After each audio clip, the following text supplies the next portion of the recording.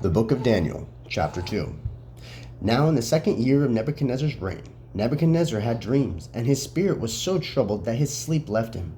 Then the king gave command to call the magicians, the astrologers, the sorcerers, and the Chaldeans, to tell the king his dream.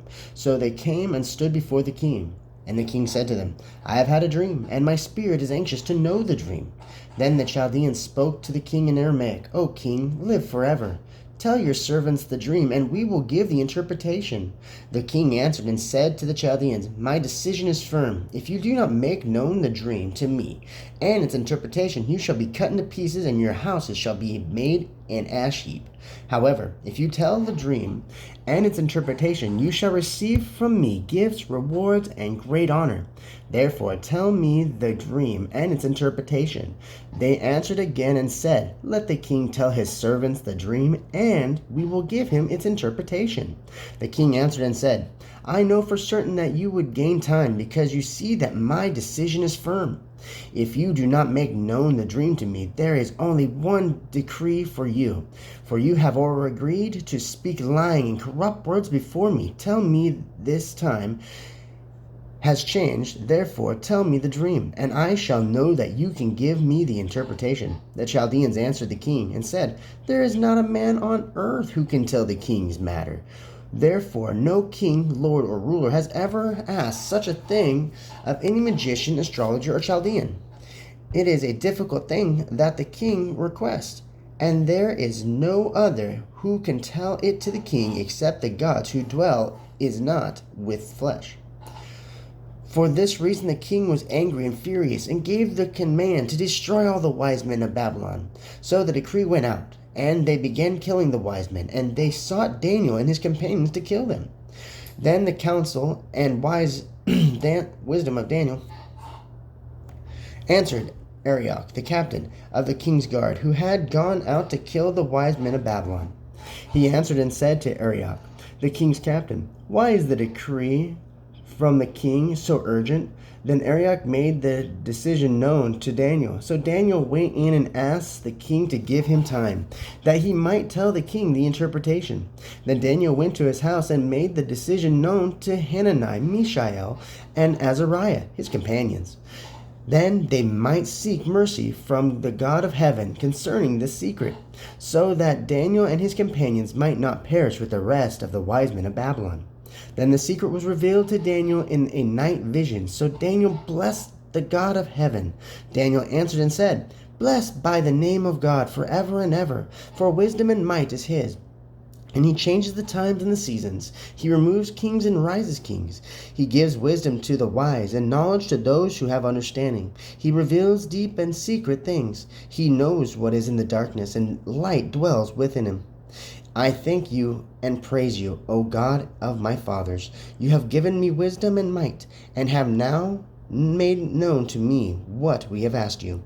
For you have made known to us the king's dream. Therefore Daniel went to Arioch, whom the king had appointed to destroy the wise men of Babylon. He went and said thus to him, Do not destroy the wise men of Babylon. Take me before the king, and I will tell the interpretation. Then Arioch quickly brought Daniel before the king and said thus to him, I have found a man of the captives of Judah who will make known the king's interpretation. Then the king answered and said to Daniel, whose name was Belteshazzar, Why are you able to make known to me the dream which I have seen, and the interpretation? Daniel answered in the presence of the king and said, The secret which the king has demanded, the wise men, the astrologers, and the magicians, and the soothers cannot declare to the king. But there is a God in heaven who reveals secrets, and he has made known to King Nebuchadnezzar what will be in the latter days. Your dream and the vision of your head upon your bed were these. As for you, O king, thoughts came to your mind while your bed about what would to pass after this, and he who reveals secrets have made known to you what will be. But as for me, the secret has not been revealed to me because I have more wisdom than any living, but for our sake who make known the interpretation to the king, and that you may know that the thoughts of your heart. You, O king, were watching, and behold, a great image This great image, whose splendor was excellent, stood before you, and its form was awesome. This image head was of fine gold, its chest and arms of silver, its belly, thighs of bronze, its legs of iron, its feet partly of iron and partly of clay. You watched while a stone was cut out without hands, which struck the image on its feet of iron and clay, and broke them in pieces. Then the iron, the clay, the bronze, the silver, the gold were crushed together and became like chaff from the summer threshing floor. The wind carried them away so that no trace of them was found.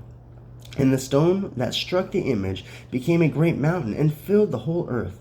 This is the dream. Now we will tell the interpretation of it before the king.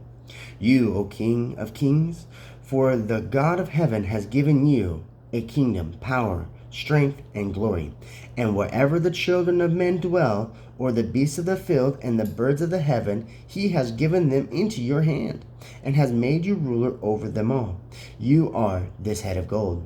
But after you shall arise another kingdom inferior to yours, then another, a third kingdom of bronze, which shall rule over the earth.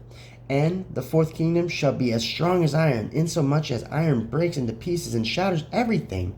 And like iron that crushes, that kingdom will break into pieces and crush all the others.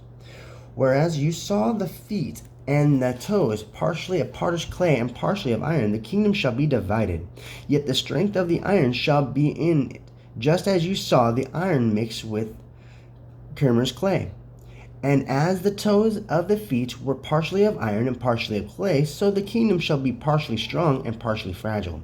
As you saw mixed with serpent clay, they will mingle with seed of men, but they will not adhere to one another, just as iron does not mix with clay.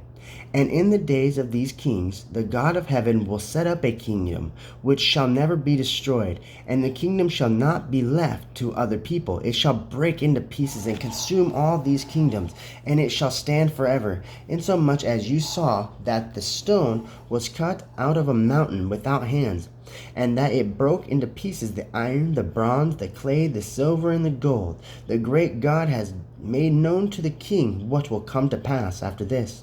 The dream is certain, and its interpretation is sure. The king Nebuchadnezzar fell on his face, prostrate before Daniel, and commanded that they should present an offering and incense to him.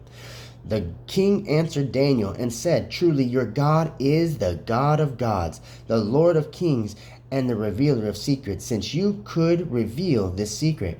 Then the king promoted Daniel and gave him many gifts, and he made him ruler over the whole province of Babylon, and chief administrator over all the wise men of Babylon.